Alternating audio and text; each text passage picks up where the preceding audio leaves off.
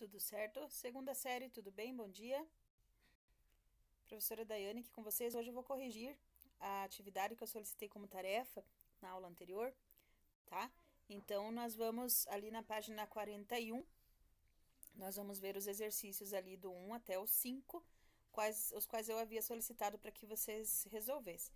Então, essa primeira parte do conteúdo, ela fala somente sobre as situações teóricas, né? O que se envolve ali em relação à velocidade das reações. Se você pode se identificar elas como lentas ou rápidas, né? E aí alguns fatores que alteram essa velocidade. Então, aqui na primeira questão está pedindo para nós identificarmos no cotidiano duas situações que apresentam reações químicas lentas, tá? Duas reações. Várias situações nós podemos citar aqui como exemplo, tá? Por exemplo, poderíamos colocar assim a oxidação de talheres, por exemplo, de prata, oxidação de talheres, opa, talheres de prata, né? Outro exemplo que pode ser citado aqui é a digestão dos alimentos, tá? A digestão dos alimentos também é um processo lento. Tem alimentos aí, por exemplo, a carne, que passa às vezes até 7 dias no nosso organismo para fazer totalmente a digestão. Então, é um processo bastante lento, né? Podemos citar outros que vocês tenham visto, tenham observado aí também, né? Azedamento do vinho, né? Para que o vinho se transforme em vinagre, que vocês já viram aí, inclusive numa questão de prova, se não me engano, que tem aí uma questão rolando também, que passou pelo Enem algum tempo atrás, porque antes de transformar o vinho, é, antes de ele se transformar em vinagre, ele passa por um processo onde ele por certo momento, por um certo tempo, ele ainda permanece sendo um outro composto chamado de aldeído, que vocês vão conhecer melhor aí na terceira série, quando nós estudarmos as funções orgânicas, tá? Enfim, tem várias situações que nós podemos colocar aqui como exemplo. Enferrujamento do ferro, tá? Podemos colocar várias situações como exemplos de reações lentas aqui nesse contexto. Então, coloquei aqui enferrujamento de uma peça de ferro, mas tem várias outras inúmeras aí que vocês podem citar como exemplo aqui. Já na número 2, identifique em seu cotidiano situações que representem reações químicas rápidas. Reações muito rápidas. Podemos colocar o que aqui? Explosão de fogos de artifício, tá? Só tentem não confundir reações químicas com reações físicas, tá? Porque nessa situação você pode pensar em uma reação ali, a ebulição da água. Quando eu estou fervendo a água, acontece rapidamente. A ebulição da água é um processo físico, então não consigo acrescentar aqui como resposta a uma reação química que seja rápida, tá? Então, a explosão de fogos de artifício seria uma, né? A combustão também seria outro exemplo, a combustão de outros materiais, não somente ali na questão dos fogos de artifício. Outro exemplo que aparece aqui para mim, né, que vem aqui nas respostas, é o acionamento do airbag. Se vocês já tiveram a oportunidade, não sei se já viram, né? O airbag, ele é um dispositivo que ele é acionado quando há colisões de automóvel, né? E esse dispositivo, ele funciona à base da liberação de um gás. Então, esse gás, ele é liberado muito rapidamente para que no momento da colisão o airbag seja acionado. Então, acionamento do airbag também seria um exemplo aqui de reação química rápida, tá? Quais as condições necessárias para a ocorrência de uma reação química? Quais as condições necessárias para que ocorra uma reação química? Lembra que nós vimos lá? Precisa ter colisões orientadas da forma correta, né? A orientação tem que ser da forma correta, tá?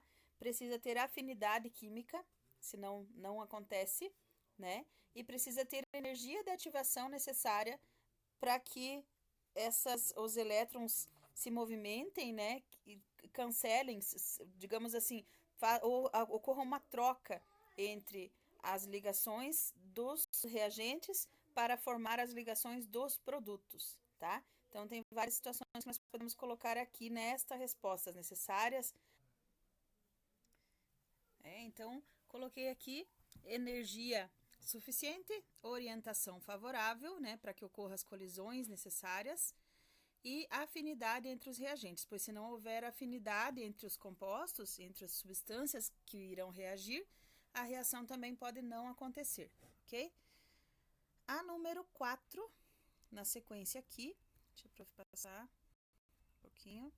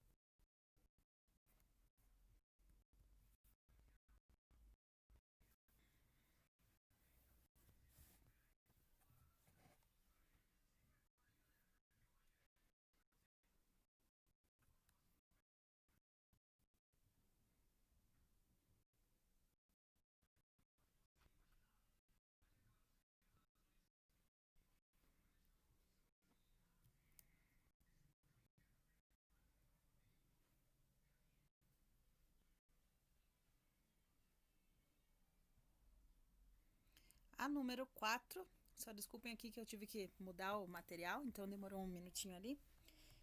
A número 4, então, ela pede como é chamada, né, a quantidade mínima de energia para o início de uma reação espontânea. Como se chama essa energia? Energia de ativação. Então, para acontecer uma reação química, a energia mínima necessária para que ela comece é chamada, então, de energia de ativação, ok? E a número 5, né, que pedia então para fazermos ali um cálculo já sobre a velocidade média. É bem simples esse cálculo aqui, tá? Porque nesse caso a gente só tem que observar a variação de concentração do produto ou do reagente, né, do que o problema fornecer aqui, tá? E o tempo que foi, a questão de tempo que foi utilizado nessa reação. Então, na número 5, por exemplo, nos pede assim, ó, os dados a seguir correspondem à variação de concentração do produto em função de tempo para a reação x a y igual a w. E aí, a concentração do produto, né, e o tempo que foi necessário para se obter esse produto. Então, para observar que no início, como ele é o produto, no início você não tinha nada, zero aqui, ó. Tá? Então, no tempo zero, você também tinha zero de produto. Se ele estivesse falando do lado x do y, certamente você teria uma quantidade aqui e depois ela iria diminuindo, porque eles reagem e formam o produto, tá? E aí a resolução bem simplesinha, aquela fórmula que eu mostrei ali para vocês, onde vocês colocam, então, a variação, né? A variação da concentração, nesse caso aqui, ele pediu para calcular entre 1 e 3 minutos. Então, a gente utiliza os valores aqui entre 1 e 3 minutos, tá? Aqui, ó, 1 minuto, 0,6. 3 minutos, 1,4, né? Então, ele colocou, afinal, inicial da concentração e o tempo inicial. Então, ficou 1,4 menos 0,6 dividido por 3 menos 1, que é 2. E aí chegamos à resposta aqui, 0,4 mol por litro por minuto. Esse é o menos, né? O que importa é que vocês entendam que é a concentração que variou dependendo da quantidade de tempo necessário que foi necessário para acontecer essa reação. Beleza? Então aqui até o número 5, daí a partir da número 6, que já fica ali na página seguinte, nós já vamos começar a falar então na aula seguinte, tá? Onde nós vamos falar sobre os fatores que alteram a velocidade das reações, tá? Então, por hoje a gente fica por aqui e na segunda-feira nós retomamos os nossos estudos, beleza? Então, bom final de semana, bons estudos para as tarefas que vocês têm aí, né? E até a próxima. Um abraço.